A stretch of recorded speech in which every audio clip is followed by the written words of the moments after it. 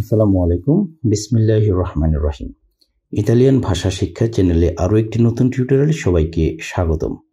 আজকের পর্বটি খুবই গুরুত্বপূর্ণ। আজকের পর্বে আমরা দেখব ইতালিয়ান ভাষায় ব্যবহৃত হয় এমন কিছু ছোট ছোট বাক্য, যেগুলো শিখলে আপনার প্রতিদিন কথা বলার দক্ষতা আরও বেশি সমৃদ্ধ হবে এবং আপনি ইতালিয়ান ভাষাভাষীদের সাথে কথা বলতে নিজেকে অনেক বেশি আত্মবিশ্বাসী করে গড়ে তুলতে পারবেন। তাহলে চলুন ভিডিওটি শুরু করা যাক। আর হ্যাঁ, যদি ভিডিওটি ভালো লাগে অবশ্যই লাইক, কমেন্ট, শেয়ার এবং সাবস্ক্রাইব করে আমাদের পাশে থাকবেন। আজকের টিউটোরিয়ালের প্রথম বাক্য হচ্ছে আমি কিছু জিনিস কিনতে চাই। আমি কিছু জিনিস কিনতে চাই। এর ইতালিয়ান বাক্য হলো ভলিও কম্প্রারে আলকুনে কোজে। ভলিও কম্প্রারে আলকুনে কোজে। আমি কিছু জিনিস কিনতে চাই। শব্দার্থগুলো যদি ভেঙে বলি তাহলে ভলিও মানে হচ্ছে আমি চাই, কম্প্রারে কিনতে, আলকুনে কোজে কিছু জিনিস, আলকুনে কোজে কিছু জিনিস। সো ভলিও কম্প্রারে আলকুনে কোজে, আমি কিছু জিনিস কিনতে চাই। আশা করি ক্লিয়ার হয়েছে। নেক্সট হলো মুদির দোকান কোথায়।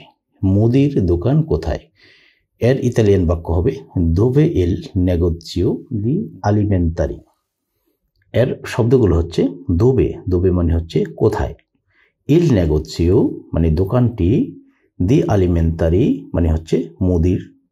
সো এখানে দেখুন এই যে দি ইউজ হয়েছে সেটা হচ্ছে একটা আর্টিকেল, নির্দিষ্ট করে বোঝানোর জন্য। আবার দেখুন এখানে ইল, সেটাও কিন্তু একটা আর্টিকেল। সো দেখুন নেগোজিও মানে একটা দোকান বোঝায় অথবা একটা স্টোর বোঝানো হয়। সো এখানে এই যে দোকানটাকে মানে নেগোজিওকে আপনার নির্দিষ্ট করে বলার জন্য এই আর্টিকেলটা ইউজ হয়েছে, যেটা ইল। আবার এই যে দি, সেটাও কিন্তু একটা আর্টিকেল। এই যে আলিমেন্তারি মানে মুদি, এই জিনিসটাকে স্পেসিফাই করার জন্য, নির্দিষ্ট করে বলার জন্য, ইন্ডিকেট করার জন্য এই আর্টিকেলগুলো ইউজ হয়েছে। সো দেখুন আমরা কিন্তু আর্টিকেল নিয়ে খুবই পরিচিত। ইংরেজিতে যেমন আপনার এ এন দি এই আর্টিকেলগুলো ইউজ হয়, তো এইভাবে আপনার ইতালিয়ান ভাষায়ও ইল, দি, লো, লা এই আর্টিকেলগুলো আপনার ইউজ হয়। সো এই আর্টিকেলগুলো জানা খুব জরুরি যদি ভাষাকে ভালোভাবে শ্রুতিমধুর করে বলতে চান। নেক্সট হলো আমি এইটা নিতে চাই। আমি এইটা নিতে চাই।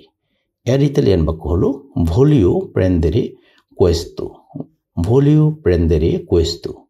ভলিও মানে আমি চাই, আগের বাক্যে দেখেছি। ভলিও মানে আমি চাই। প্রেন্দেরে মানে হচ্ছে নিতে, প্রেন্দেরে নিতে, কোয়েস্তো এটা। সো ভলিও প্রেন্দেরে কোয়েস্তো, আমি এইটা নিতে চাই।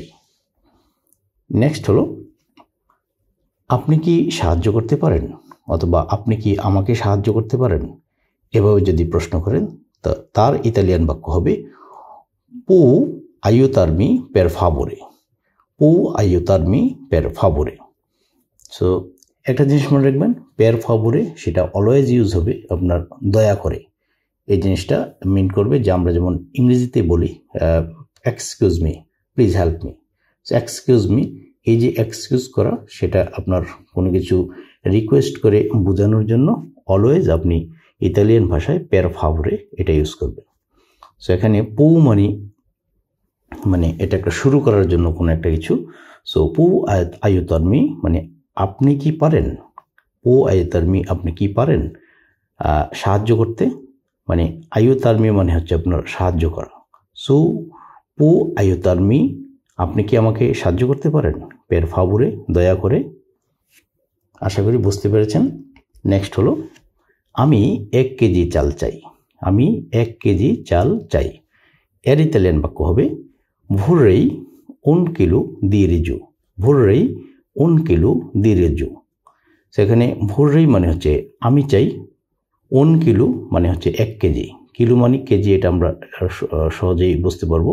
সেটা ইংরেজিতে যেমন ইউজ হয় বাংলাতে ইউজ হয়, আবার ইতালিয়ানে কিলো ইউজ হচ্ছে। সো 1 মানে হচ্ছে আপনার 1। So 1 kilo 1 KG. দি রিজু মানে চাল। এখানেও দেখুন রিজু মানে হচ্ছে আপনার চাল, বাট এই চাল রিজুকে আপনার নির্দিষ্ট করে বলার জন্য এই যে এই আর্টিকেলটা এখানে ইউজ হয়েছে। এই যে দি রিজু, দি রিজু মানে চাল নির্দিষ্ট করে বলছে। সো vorrei 1 কিলো দি রিজু, আমি 1 কেজি চাল চাই। নেক্সট হলো আমি আধা কেজি ডাল নেব। আমি আধা কেজি ডাল নেব। সো আধা মানে হচ্ছে আপনার মেজ্জু। সো নেওয়া মানে হচ্ছে প্রেন্দু। সো প্রেন্দু মেজ্জু কিলো দি লেন্তিক্কিয়ে। প্রেন্দু মেজ্জু কিলো মানে আধা কিলো দি লেন্তিক্কিয়ে। সো দি লেন্তিক্কিয়ে মানে হচ্ছে আপনার শুধু লেন্তিক্কিয়ে মানে হচ্ছে ডাল, আর দি এখানে একটা আর্টিকেল। সো এই জিনিসগুলো যে কোনো নামের আগে আর্টিকেল অলওয়েজ ইউজ হচ্ছে আপনার হয়, যেটা ইতালিয়ান ভাষায়। সো আপনাকে অবশ্যই এই আর্টিকেলগুলোকে বেশি করে মনে রাখতে হবে। সো প্রেন্দু মানে আমি নেব, মেজ্জু কিলো মানে আধা কিলো, মেজ্জু মানে আধা, মেজ্জু কিলো আধা কিলো, দি লেন্তিক্কিয়ে মানে ডাল। আমি আধা কেজি ডাল নেব, প্রেন্দু মেজ্জু কিলো দি লেন্তিক্কিয়ে। নেক্সট হলো 1 বোতল তেল দিন। 1 বোতল তেল দিন। এর ইতালিয়ান বাক্য হলো মি দিয়া una bottiglia d'olio।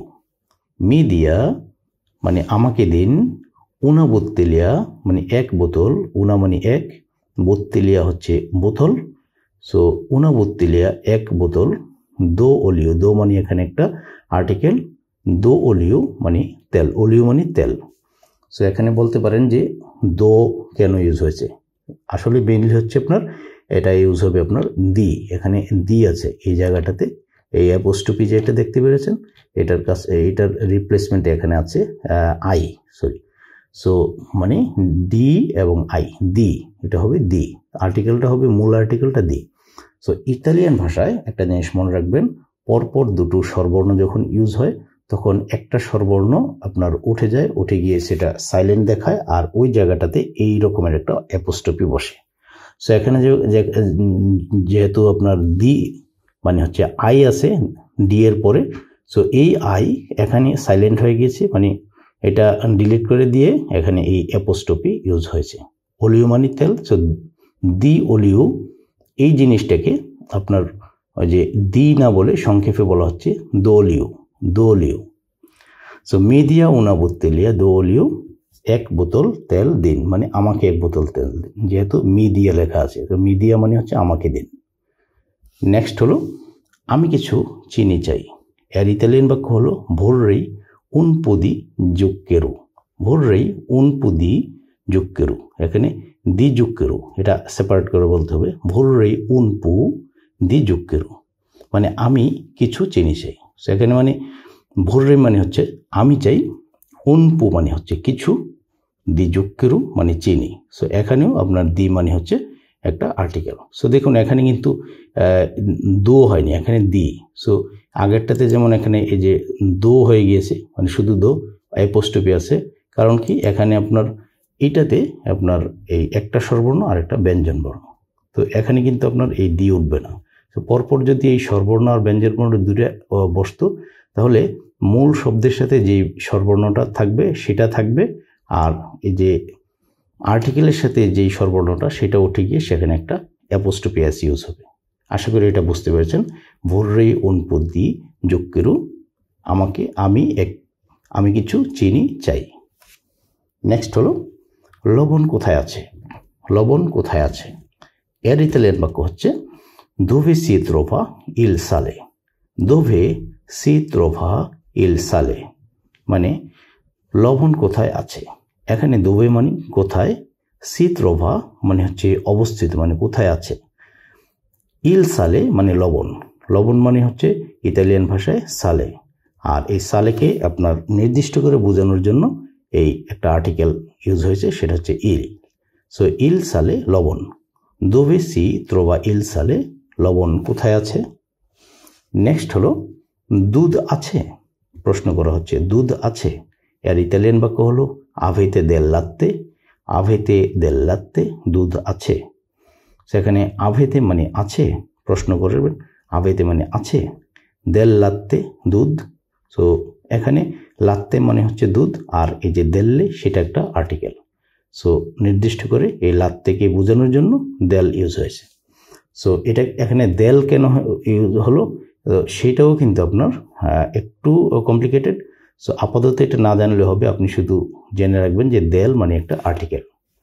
সো আবেতে দেল লাত্তে দুধ আছে। নেক্সট হলো ধন্যবাদ, আবার দেখা হবে। এর ইতালিয়ান বাক্য হলো গ্রাচিয়ে আ প্রেস্তো। গ্রাচিয়ে আ প্রেস্তো, ধন্যবাদ, আবার দেখা হবে। গ্রাচিয়ে মানে হচ্ছে ধন্যবাদ, আ প্রেস্তো মানে হচ্ছে আবার দেখা হবে।